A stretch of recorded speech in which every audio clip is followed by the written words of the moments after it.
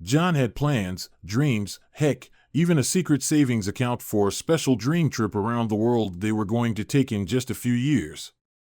He watched his wife Lana blush deeply and then continue to glow pink as she talked to a couple of coworkers during her employer's annual staff meeting at a small college in mid-September. John was standing about 15 feet away from his wife at the time he noticed her reaction, ostensibly talking to another group of her coworkers. Lana spoke with Gavin Smith, whom John had previously been introduced to as the new associate professor of English literature, and Janet Barnes, who worked in the administration like Lana. Considering it was a Christian college, John doubted either of the other two had told a dirty joke, which meant there was only one reason for Lana's skin color, especially her consistent hue. She was very sexually aroused.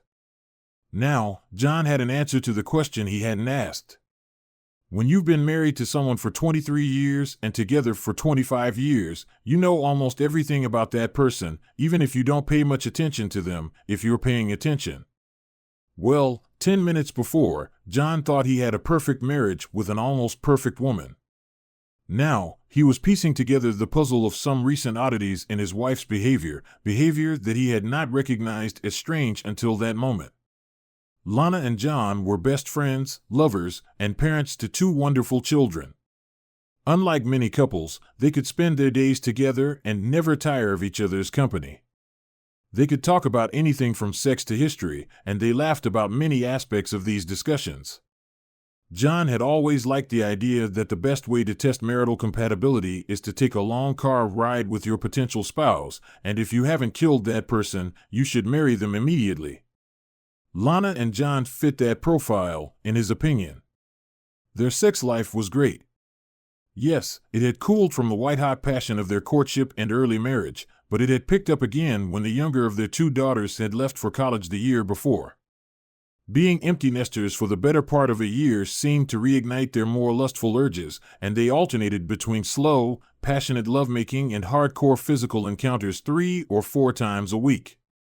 Being regulars at the gym, they were both in good physical shape. At 45 years old, Lana had long blonde hair, big breasts, and a curvaceous figure. Yes, she was probably 15 pounds heavier than she was before their kids were born, but everything was packaged well. In fact, John was 20 pounds more muscular than when he left school. Besides, he had 25 years of experience pleasing his wife. Something changed 2 months ago, and since it had mostly changed for the better, John wasn't about to look a gift horse in the mouth. He never thought about it. While Lana was always a willing and active participant in their sex life, she was rarely the initiator. Suddenly, she began to initiate as much as he did, and the physical connection was off the charts. However, they didn't make love anymore, it was just sex. It was great, but their focus had changed. John didn't ask himself this question then. Looking back, he understood that this was a mistake. Except when he was interacting with her, Lana and Gavin were never more than 5 feet apart while walking. Now that John knew what he was looking at, he was able to determine that Lana's glow lit up every time she was near Gavin, even when John was nearby. Usually, this disappeared quickly when he showed up, but as soon as Lana left him, she acquired a companion to communicate with. John secretly kept his eyes on this couple throughout the entire event, although he didn't have to try very hard. Lana seemed to forget about everyone else when Gavin was around. John never saw her look around to see where her husband was.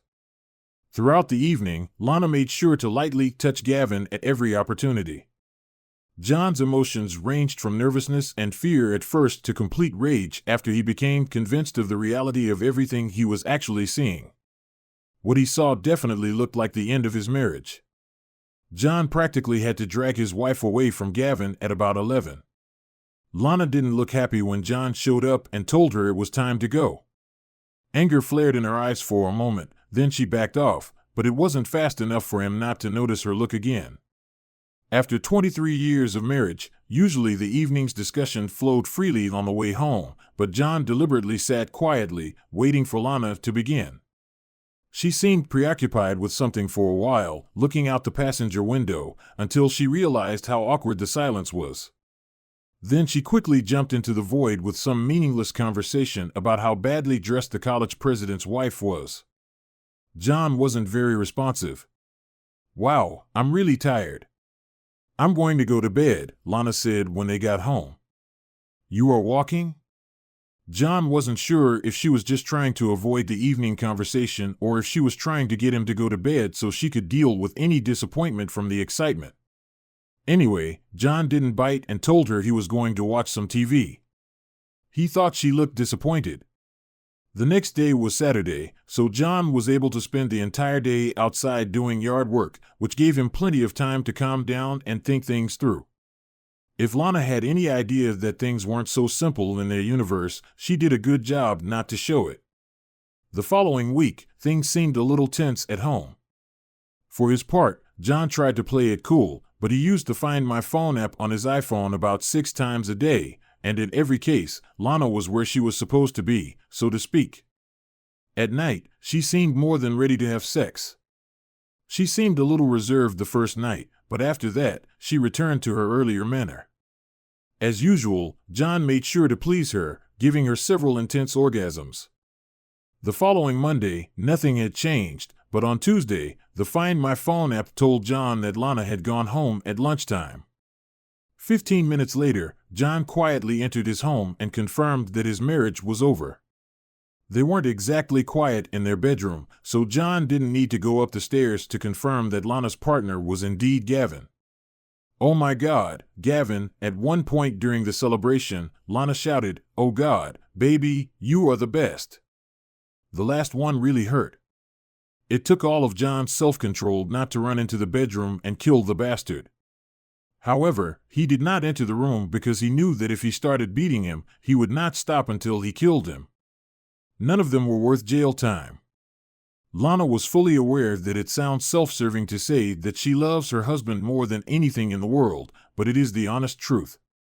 She loved him for a quarter of a century. She hoped to love him for at least another quarter of a century. However, in the interest of full disclosure, she also has to admit that she has a lover on the side, a lover who was so wonderful that she could not give him up, although she knew that sooner or later, she would have to do it because it would be the only way to save her marriage. John, her wonderful husband, would be devastated to learn that she had an affair. That's why she did everything she could to hide her affair. However, she was not stupid enough to think that she would never be caught. Lana knew that the longer this went on, the more her chances of getting caught increased. John had been her rock for the last 25 years. They were married for 23 years and had 2 wonderful children. He was her best friend, her soulmate, and a wonderful sexual partner. They talked about everything, and they laughed a lot, well, until recently. Lana had no intention of taking a lover when she met Gavin Smith. For some reason, he walked into the administration building a couple of days before school started, and without exaggeration, her life literally changed. Gavin was 30 years old, 6 feet 2 inches, very fit, with short brown hair and soft gray eyes. He was handsome, but he was no George Clooney. Lana didn't work the rest of the day because she couldn't get Gavin out of her head. When she got home, she was pretty sure she almost killed John with sex. She knew John fell asleep exhausted and with a big smile on his face. Lana would never tell him that she wasn't thinking about him while they were close. She continued to John until he dropped for the next 2 weeks. Then her dear husband opened the door of opportunity for her as he had to leave town for the night the following Wednesday. Lana knew it was wrong, but she was practically shaking when she called Gavin on Monday morning and invited him to lunch on Wednesday afternoon. She had already checked Gavin's schedule and knew he didn't have any classes on Wednesday afternoon, and she took administrative time off. Gavin met her at a small Italian restaurant, and they had a good lunch, talked, and laughed a lot. I know I laughed a lot and had a hard time keeping my hands off his arms and hands while we talked. I blushed a lot and felt like a virgin on the very first date. We hadn't discussed sex, but he knew what anticipation was like. He smiled back at me a lot, held my hand for a while, and even grinned sometimes. I knew he felt the same connection.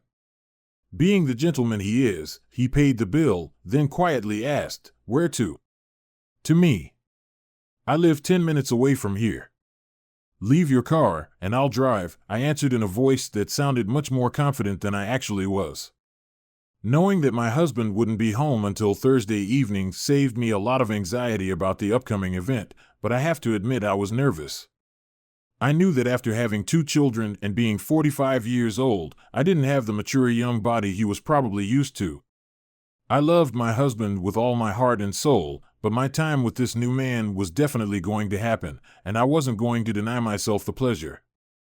And I didn't feel guilty about it. I drove my car into the garage and closed the door. The next 10 hours were some of the best of my life. He obviously felt the same connection as I did, and everything we did was amazing. I wasn't a virgin when I met my husband, but I always considered him a great sexual partner. This man completely reset the dial. Everything we did was fantastic. When he finally got into an Uber to pick up his car, I felt as spineless as a jellyfish and as brainless as a sponge. I remember a lot of screaming and some crying, and I'm pretty sure it came from me, but I really can't swear to it. Hell, I couldn't swear on my own name now. I knew what it was like to be senseless. I definitely wanted this. "You are an amazing woman," he said. It was probably the best sex of my life.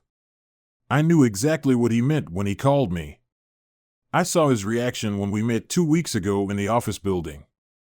I knew that we would have sex with each other after we had lunch, although I didn't say so directly. The woman was definitely a MILF, pretty face, big breasts, and long blonde hair. She may have had a few extra pounds, but I wouldn't give it up for anything.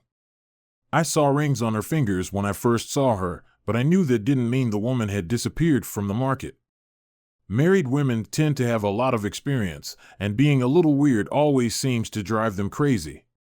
We had a great lunch, and then she took me to her home to spend most of the day in carnal pleasure in the marital bed. Apparently, her husband was on a trip out of town, so instead of just having sex on his lunch break, we had sex all day long. It turned out that she was the most physically responsive woman I have ever known. As the Uber dropped me back to my car in the restaurant parking lot, I hoped there would be another day like this. In fact, there will be many more days like this.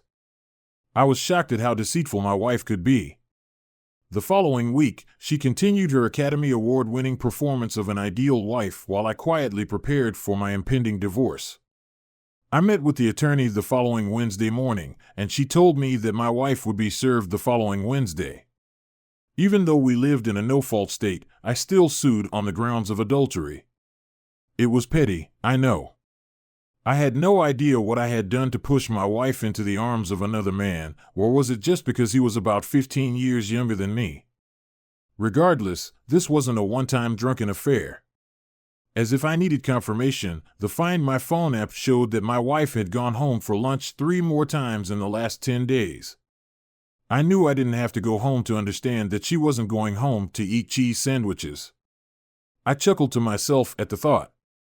At some point during that time period, I went into our snack bar to grab a pack of brown sugar cinnamon Pop-Tarts, but found nothing. The day before, I ate the penultimate pack and knew that there was one more pack left. I also knew that my wife didn't eat them because she hated Pop-Tarts. So, obviously, this man not only had sex with my wife, but also stole my snacks. Damn him. I woke up Thursday morning feeling like $1,000,000 after having the greatest sex of my life. Logically, I should have felt guilty, but in reality, I just wanted it. I waited until noon to call him. My husband won't come before 9 o'clock. If you come right after I'm free at 5 o'clock, we'll have time for one more round, maybe 2, I said cheerfully. Drive your car into the garage. I love a woman who knows what she wants, he replied. We made slow, passionate love the first round and more intense sex the second. It was just as good as the day before.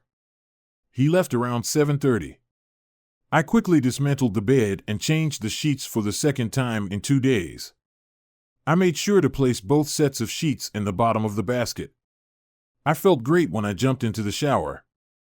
90 minutes later, my husband walked through the door. My timeless moment ended, and I hugged him tightly. I really loved this man, although I admit I felt a little guilty when my husband practically dragged me into the bedroom to make love. This was the first time in my life that I had sex with two different men on the same day. Honestly, it was incredibly hot for me. That was fantastic, I said quietly as we snuggled together after our second connection of the evening. I really meant it. My husband was an excellent lover in his own right. However, the way I communicated with the other man was beyond praise. It was almost as if we were doing something completely different from what my husband and I were doing. I couldn't feel guilty for doing something so amazing. In my mind, sex with the other man was separate from my life with my husband. Sex with my husband was about emotion. Sex with the other man was about amazing physical sensations. We did this twice a week. I knew this couldn't last forever, but I was going to enjoy it while I could. I knew that my wife was supposed to be served with divorce papers on Wednesday at 10 a.m. 2 minutes passed before my phone rang. "No, I don't want a divorce," she screamed over the phone when I answered. "And I don't want a cheating woman as my wife, but we don't always get what we want, do we?" I answered. "I can explain. I made a decision for myself, one we need to talk about," she cried.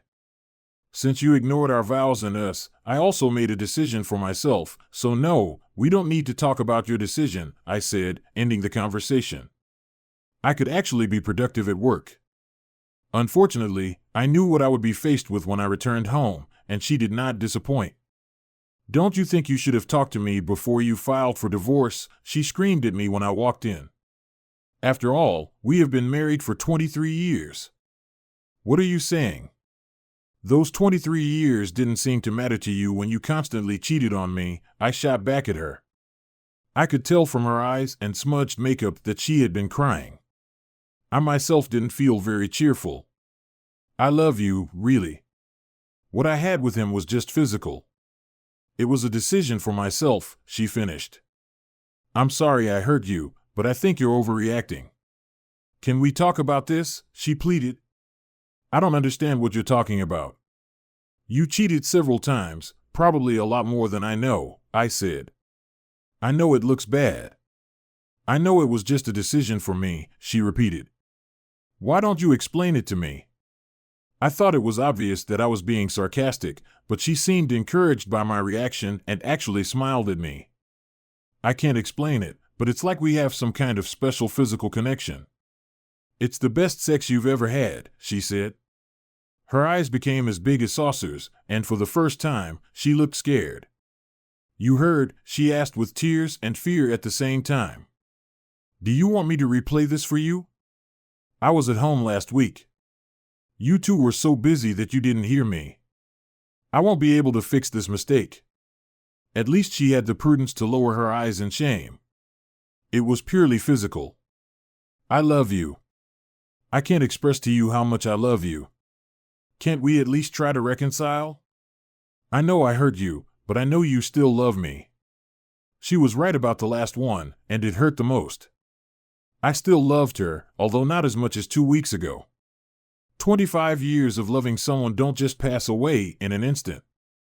Even though I knew what I was doing was risky, I was still shocked when I was served with divorce papers at my office on Wednesday afternoon. I had no idea that my husband knew about my affair. Hell, not only did he know, but apparently he caught us in bed one time, and he had the video. Even worse, he heard me tell the other man that he was the best I'd ever had. Damn. I knew that I would never be able to satisfactorily explain to my husband the connection we shared. But I knew that my husband's love for me would win out in the end.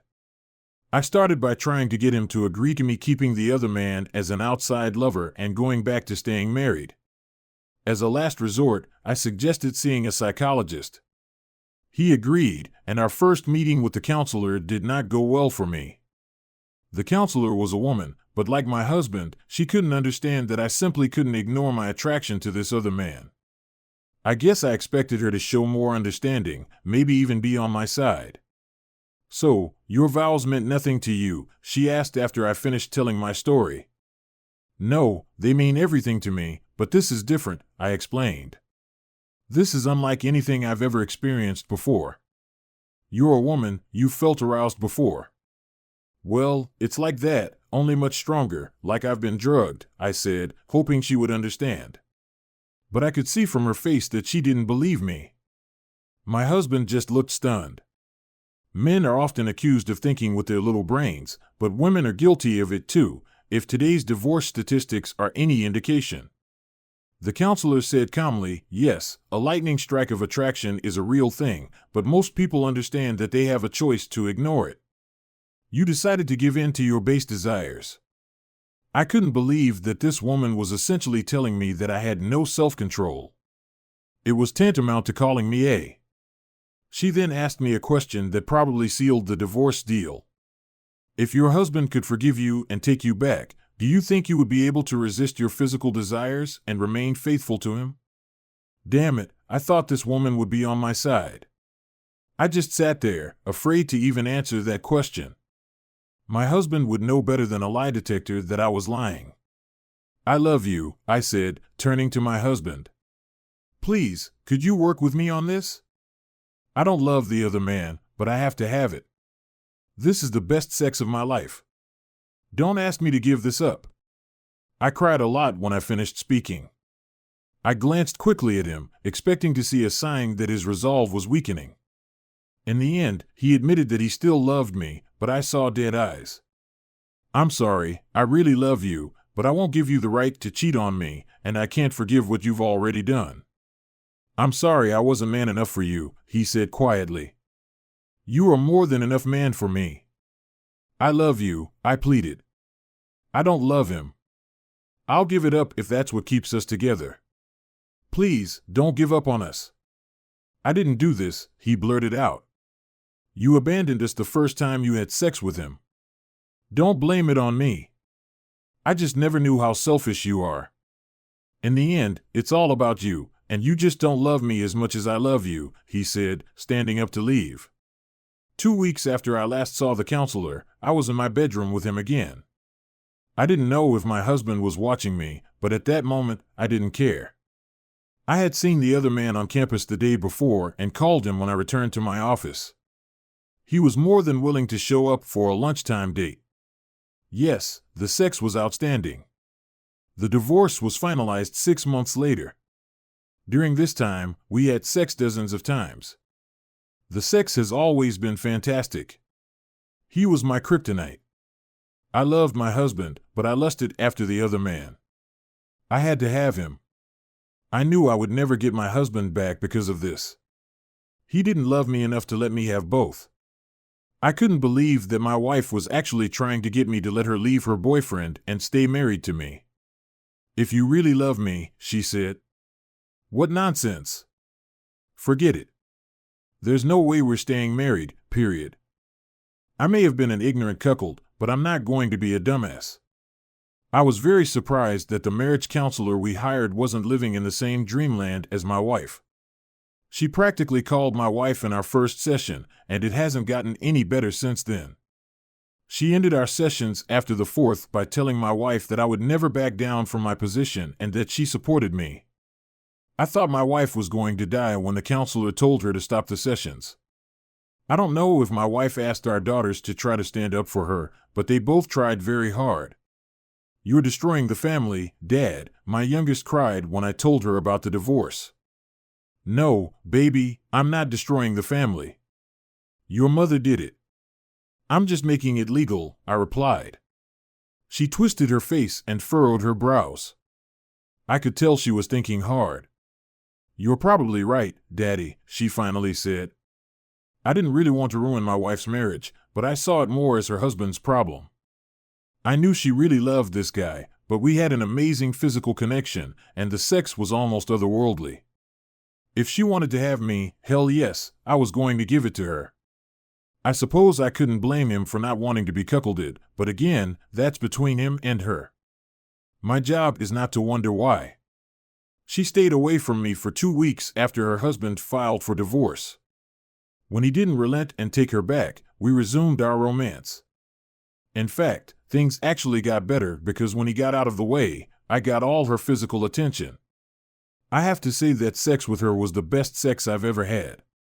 Even though she was great in bed, I never thought we'd last very long. At 45, she was not fit for marriage. I knew I wanted to have my own children, and she already had 2 grown children. Besides, if she could do what she did to the person she said she loved more than anything in the world, what could I expect? I continued to look for a woman to settle down with, although I did not talk to her about it.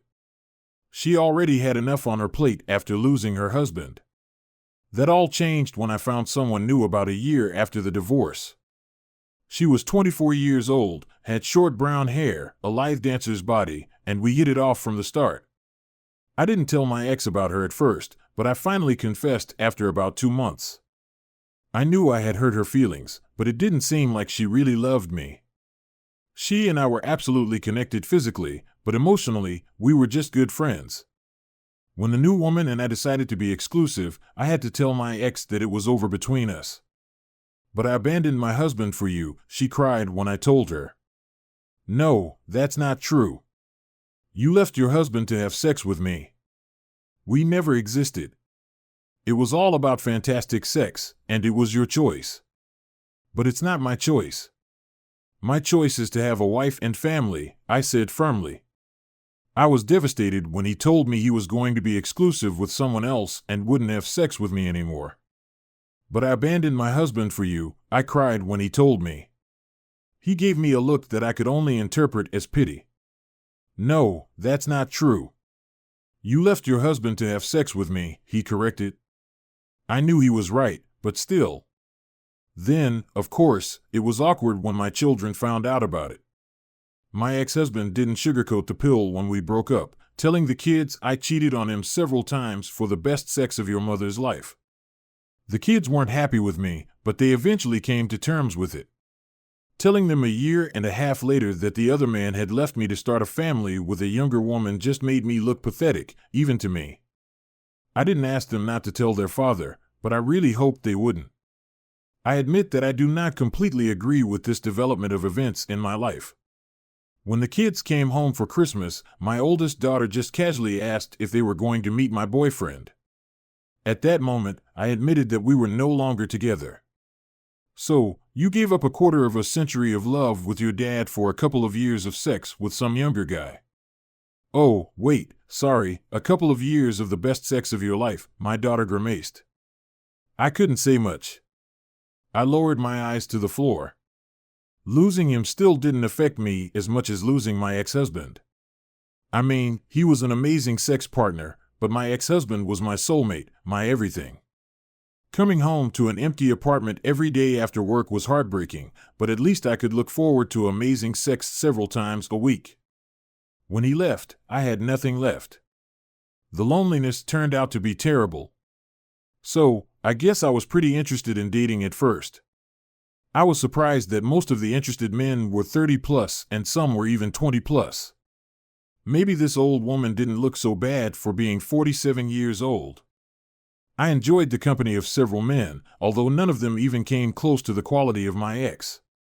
Maybe it's because I haven't dated in so long, but I've definitely noticed that men's expectations have changed over the past quarter century. Especially among younger guys, they seem to expect sex on the first date, and if that didn't happen, there usually wasn't a second date. It wasn't that I was prudish, but I also wasn't going to jump into bed with just anyone and everyone. When sex did happen, from my point of view, it was usually quite good, and all my partners seemed very pleased.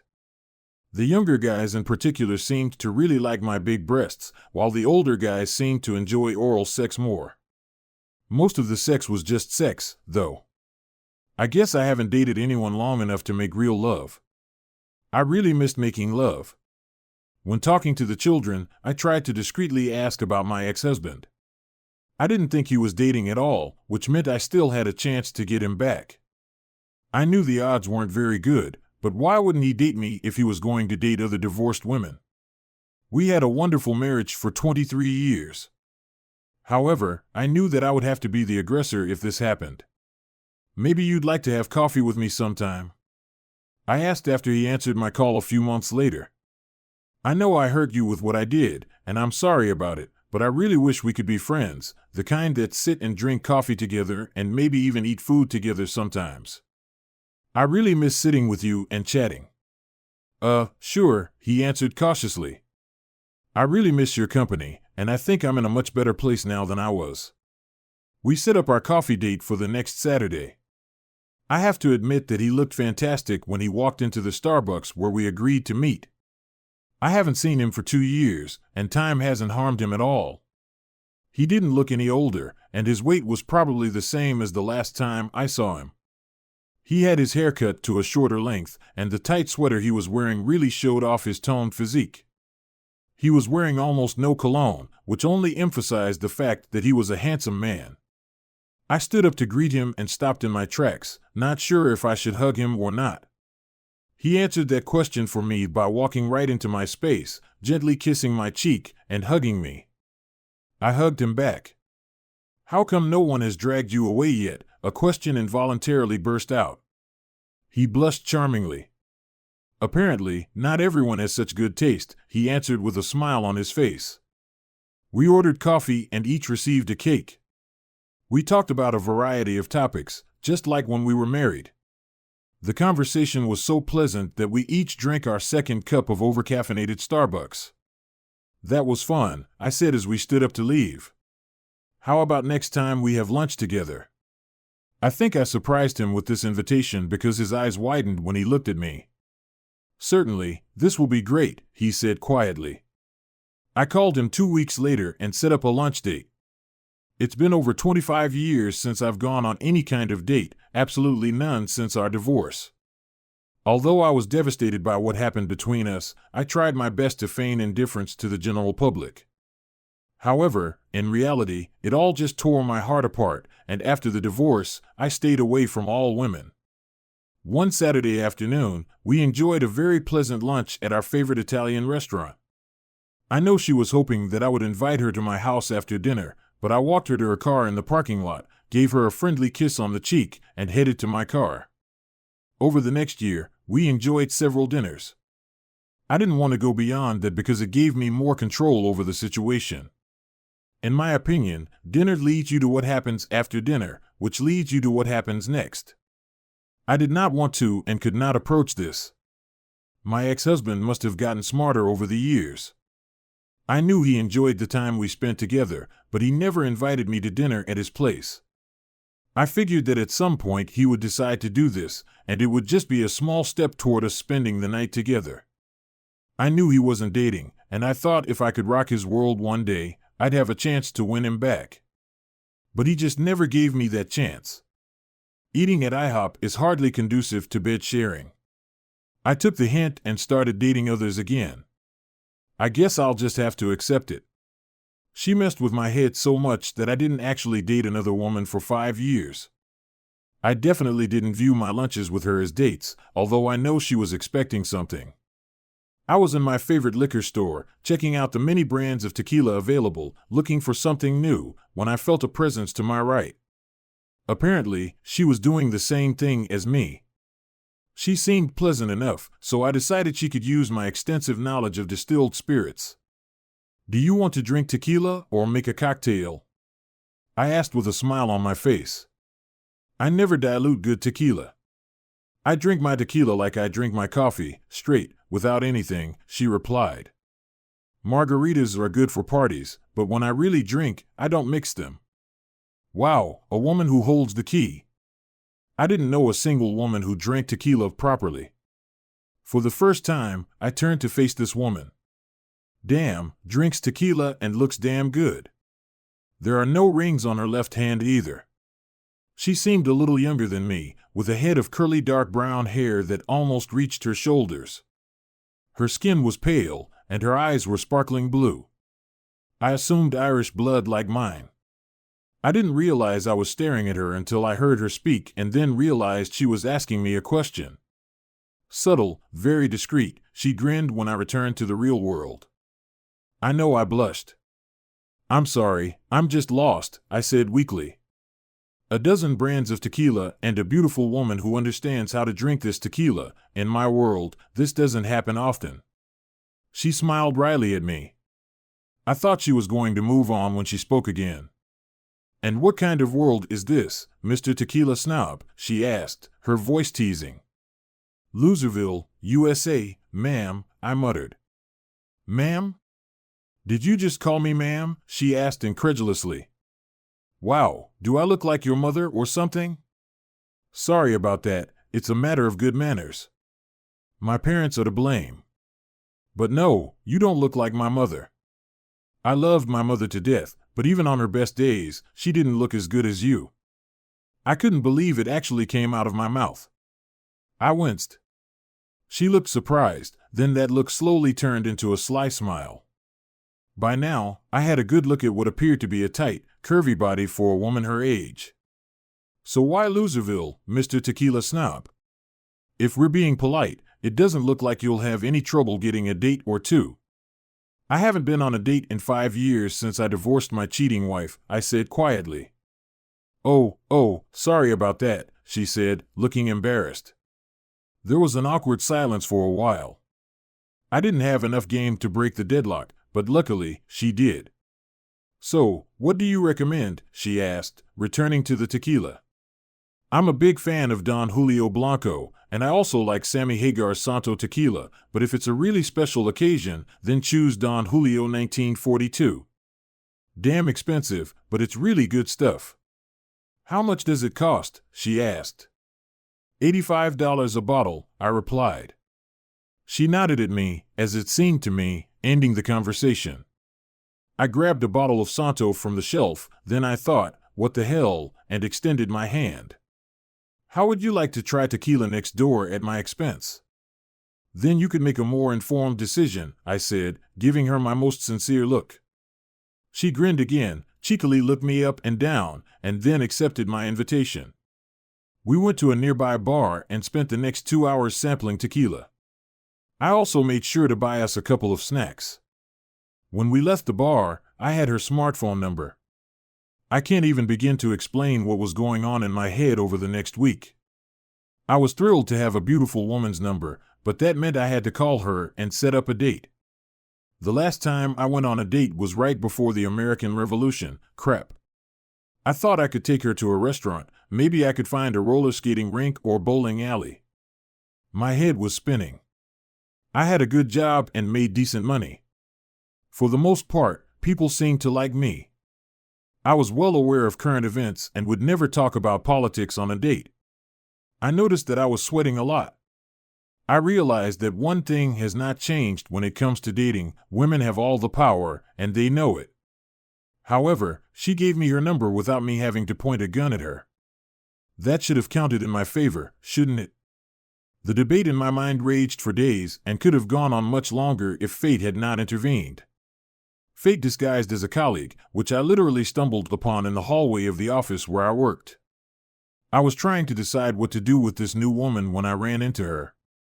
She tripped on her 3-inch heels, and I grabbed her arms to keep her from falling, apologizing at the same time. I know I'm not very big, but I don't think you would have noticed that I was there if you hadn't bumped into me, she told me after I calmed her down. There was a problem. She was probably the same age as my youngest daughter. We would talk from time to time. Usually, I would give her some fatherly advice about something. She was also my personal consultant on issues of the younger generation. If I needed to explain something generational and didn't want to call my kids, I would find her, and she would explain things to me face to face in words that made sense to my 50-year-old brain. Yes, actually, I muttered, probably sounding like a weak buffoon. She looked at my face as if she was trying to read the sign. She broke into her signature smile. I was puzzled. This happened often. Maybe this problem is connected with a girl, a woman, she said in her sing-song manner. Sort of, yes. I think so, I continued to mutter. She looked at me for a few seconds, then made a decision. Okay, you can tell me about it at Murphy's after work, and I don't want any ridicule when I get my ice-cold drink, or you'll be on your own, she lectured. We met at Murphy's later that day. She sat opposite me with a very cheerful expression on her face as I worried and stammered while talking about my new interest. So, you haven't dated anyone since your divorce 5 years ago? No one? Wow, I knew you were a little, but not to the same extent, she mimicked. I cringed at this ridicule, but still knew that she was right. I also knew that she was caring and kind to me. So how long ago did she give you her number? This month? This year? It was 5 days ago, and if you continue to be smart, I'll turn you over my knee, I warned only half seriously. Oh, we might both like this, she chirped back. I blushed, and she laughed. Seriously, what's the problem? You're not a troll. You have a lot ahead of you, call her. She spent the next half hour telling me about some of the things she and her friends do on dates. I resisted the urge to pull out my notepad and take notes. Can you dance? She asked at one point. Who else has 3 left legs? Then I'll take that as a no. You know, women really like it when a man asks them to dance. It's a kind of physical force that speeds up the process, she said with a big smile on her face. This is true? I asked, still skeptical. 100%. It's something like foreplay, she said with a wink. La la la, I said, covering my ears. She looked at me with the same amused look, then grinned again. Oh, and by the way, don't forget to bring a condom. You can't be too prepared, she said, looking me straight in the eyes. Yes, Mom, I answered sarcastically. I called the woman when I got home that evening and set up a date for the following Saturday. I remembered what my colleague said, not to spend too much time talking about my previous marriage, but to answer honestly any questions she asked about it. I felt awkward talking about what happened to a relative stranger, but she was very empathetic. She then told me her story of heartbreak, which included a 15-year marriage that ended with her catching her husband in bed with a neighbor. The actual physical pain from the betrayal was nowhere near as bad as the humiliation I experienced. Don't get me wrong, the situation was completely professional, but it felt overwhelming to deal with. It didn't help when I reflected on how many men I had been with, trying to fill the void. The realization that I had gone from a loving marriage to chasing after meaningless encounters hit hard. I never thought about how many men I had been with until I had to confront the truth. Without a doubt, having sex with most of my partners without protection was foolish and irresponsible. It's not like I was a drunken mess. I was always sober enough to know what I was doing, and I always chose guys who looked clean and well-groomed. But the old story is true, when you sleep with someone, you also sleep with everyone they've slept with recently. I just never thought about the consequences until it was too late. At least I didn't have to tell anyone about my problem, I thought to myself as I began to face the repercussions of my actions. As time went on, I realized that my past decisions had led me to a point where I was isolated, without the meaningful connections I once had. I missed the companionship, the deep conversations, and even the quiet moments that I used to share with my husband. But now, those days were gone, and I was left to navigate the consequences of my choices. My ex-husband eventually found someone new. They got married about a year after their first date. They both still had some trust issues, but they worked through them with love and the help of a really good counselor. I couldn't help but think about how different things might have been if I had made different choices. I gently pushed her away, he told me once when we met for coffee. We lay on our sides facing each other, both breathing heavily from the exertion. After 25 years of marriage, when both of us were 75 years old, making love once a week was enough. We spent another 10 minutes kissing and cuddling before falling asleep. To say that she was his savior was an understatement. After the divorce, he was lost. Hell, he didn't even know how to date. But she allowed him to feel his way, sometimes literally, and they kind of grew together. While he wouldn't put money on it, he found a soulmate to grow old with. Meanwhile, I was a little more cautious about choosing partners when I came back into circulation after my problem. This was probably due in part to menopause. Partly, it's probably because, although I looked pretty good when I hit 50, 20 and 30-year-olds weren't looking my way anymore. In fact, since there were far more single women than men between the ages of 40 and 50, the competition in these age groups was quite fierce.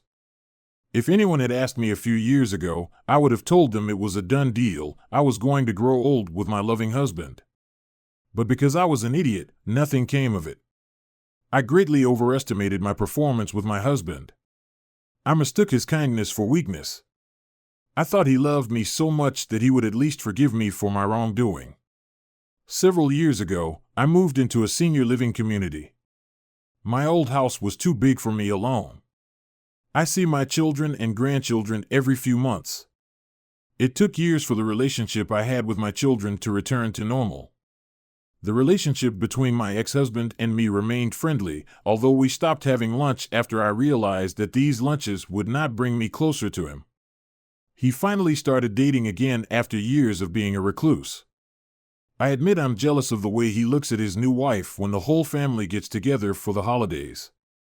I can't help but notice the adoring looks and sweet mannerisms with which they interact. It makes me sick. It had to be with me. Was it worth it? I asked myself that question more often than I cared to admit. I never liked the answer.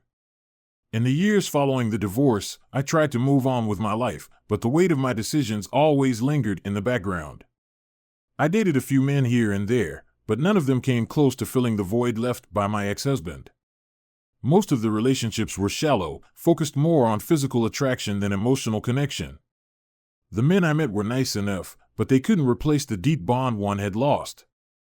As the years passed, I found myself increasingly lonely. My children had grown up and moved away, busy with their own lives and families. The visits became less frequent, and the calls became shorter. I couldn't blame them. They had their own lives to live, and I was just a reminder of a painful chapter in their family's history. I began to throw myself into hobbies and activities to distract myself from the loneliness. I joined a book club, took up painting, and even started volunteering at a local charity. These activities kept me busy, but they couldn't fill the void that had settled in my heart. I missed the companionship, the laughter, and the sense of security that came with being in a committed relationship. Every now and then, I would see my ex-husband and his new wife around town. They looked so happy together, and it was clear that they had built a life filled with love and mutual respect. Seeing them was a painful reminder of what I had lost. I would often find myself reminiscing about the good times we had shared, the moments of laughter, and the sense of partnership that had once been the cornerstone of our relationship. But the reality was that those days were gone, and I was left to live with the consequences of my choices. I had to accept that my actions had led me to this point, and there was no going back. One day, as I was walking through the park near my home, I ran into an old friend from my college days. We hadn't seen each other in years, and it was a pleasant surprise to reconnect. We sat on a bench, catching up on each other's lives, and for a brief moment, I felt a sense of normalcy return. As we talked, she mentioned how she had recently remarried after losing her first husband to illness. She spoke about the challenges of starting over, the fear of being alone, and the joy of finding someone new to share her life with. Her story was both inspiring and heartbreaking, and it made me reflect on my own journey. "Do you ever think about getting married again?" she asked, her tone gentle.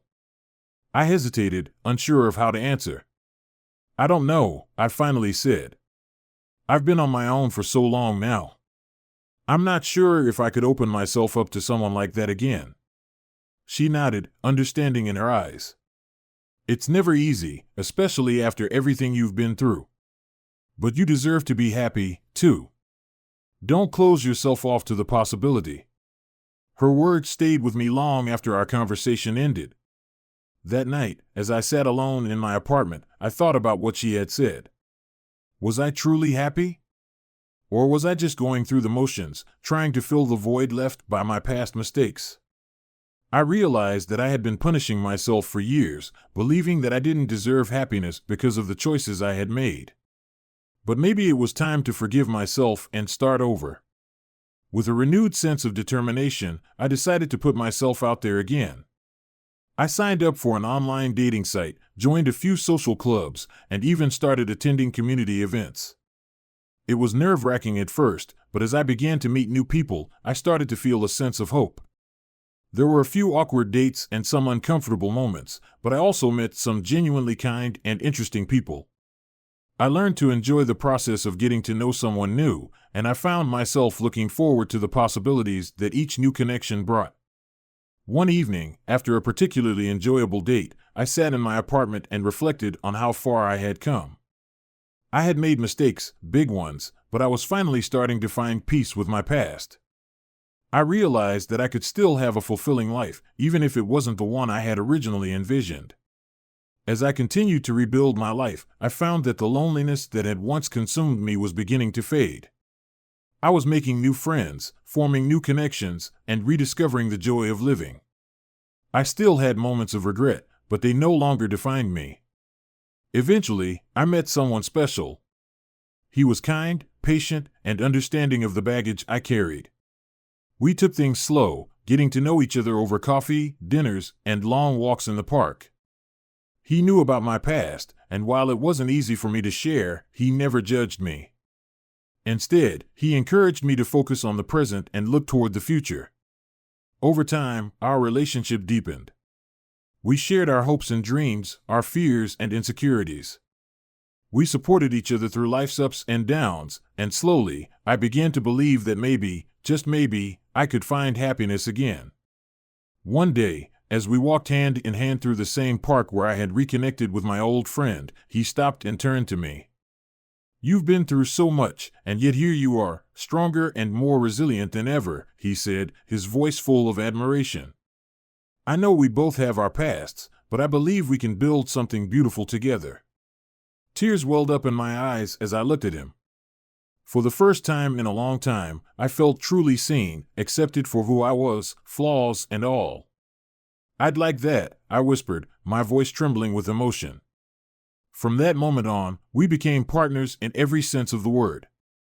We shared our lives, our love, and our future. It wasn't always easy, and there were times when the shadows of the past threatened to creep back in. But together, we faced those challenges head-on, determined to create something lasting and meaningful. As I look back on my journey, I realized that while I had made mistakes, they didn't have to define the rest of my life. I had the power to change, to grow, and to find happiness again. It was a long and difficult road, but in the end, it led me to a place of peace, love, and contentment. And as I stood there, holding the hand of the man who had become my second chance at love, I knew that I was finally where I was meant to be. The years continued to pass, and as I entered my late 60s, I found myself reflecting more and more on the choices I had made throughout my life. I had grown older, perhaps a little wiser, and certainly more reflective. The decisions I had made in my younger years no longer haunted me the way they once did, but they had left their mark, shaping the person I had become. My relationship with my children had slowly healed over the years, though it was never quite the same as it had been before the divorce. They loved me, and I loved them, but there was always a distance, a barrier that had been erected by the pain and betrayal of the past. We saw each other regularly, celebrated holidays together, and shared in the joys and sorrows of life, but I could never quite shake the feeling that they viewed me differently, that I was somehow less in their eyes. I accepted this, knowing that I had brought it upon myself. My actions had consequences, and this was one of them.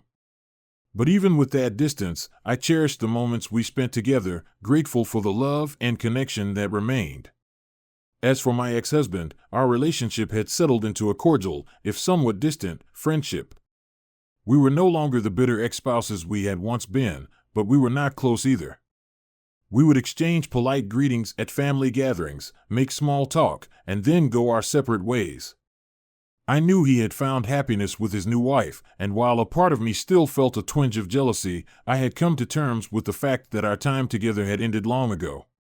In the quiet moments, when I was alone with my thoughts, I would sometimes wonder what my life would have been like if I had made different choices. What if I had never had the affair? What if I had fought harder to save my marriage? What if I had been more patient, more understanding, more forgiving? These questions lingered in the back of my mind, but I knew that dwelling on them served no purpose. The past was the past, and no amount of regret could change it. Instead, I focused on the present and the future. My second marriage had brought me a sense of peace and fulfillment that I hadn't thought possible after the turmoil of my first. My husband was my partner in every sense of the word, and together we had built a life that was full of love, laughter, and shared experiences. We traveled, explored new hobbies, and supported each other through the inevitable challenges that life brought our way. As we grew older together, our bond only deepened. We learned to appreciate the small moments, sipping coffee on the porch as the sun rose, holding hands during evening walks, and simply being there for each other, no matter what. It wasn't a perfect life, but it was a good one, and I was grateful for it every day. In my later years, I found myself drawn to writing. It started as a way to process my thoughts and emotions, to make sense of the journey I had been on. But as I wrote, I realized that my story might resonate with others, those who had made mistakes, who had faced the consequences of their actions, and who were searching for a way to move forward. I began to write more regularly, pouring my heart and soul into the pages. I wrote about love, loss, regret, and redemption. I wrote about the choices we make and the paths we take, and how those decisions shape the course of our lives. Writing became a form of therapy for me, a way to explore the depths of my emotions and find healing in the process. Eventually, I gathered the courage to share my writings with others. I joined a local writers group where I met people who were also on their own journeys of self-discovery. We shared our stories, offered feedback, and supported each other through the highs and lows of the creative process. To my surprise, my writings began to resonate with others. People connected with my story, finding bits of themselves in the words I had written. Some were inspired by my journey of healing and growth, others found solace in knowing they were not alone in their struggles. The positive feedback gave me the confidence to continue writing, and I eventually published a memoir, a collection of essays and reflections on my life and the lessons I had learned along the way. The memoir was modestly successful, but more importantly, it became a source of pride for me. It was a tangible reminder that I had taken control of my narrative, that I had turned my mistakes into something meaningful. Through my writing, I had found a sense of purpose and fulfillment that I hadn't known I was searching for. As the years went on, I continued to write, to explore, and to grow. My relationship with my husband remained strong, a steady source of love and support in my life. My children and I had found a new equilibrium, one based on mutual respect and understanding.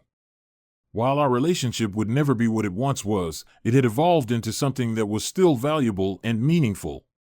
Looking back on my life, I saw a tapestry woven with moments of joy and sorrow, triumph and regret, love and loss. It was a life that had been full of mistakes and missteps, but also one that had been rich in experiences and growth. I had learned to forgive myself for the choices I had made, to accept the consequences of those choices, and to find peace in the life I had built. As I sat on the porch one evening, watching the sun set over the horizon, I felt a deep sense of contentment. My journey had been a long and winding one, filled with detours and dead ends, but it had ultimately led me to a place of peace. I had found love again, I had found purpose in my writing, and I had found a way to make peace with my past. And as I held my husband's hand, feeling the warmth of his love and the strength of our connection, I knew that I was finally where I was meant to be.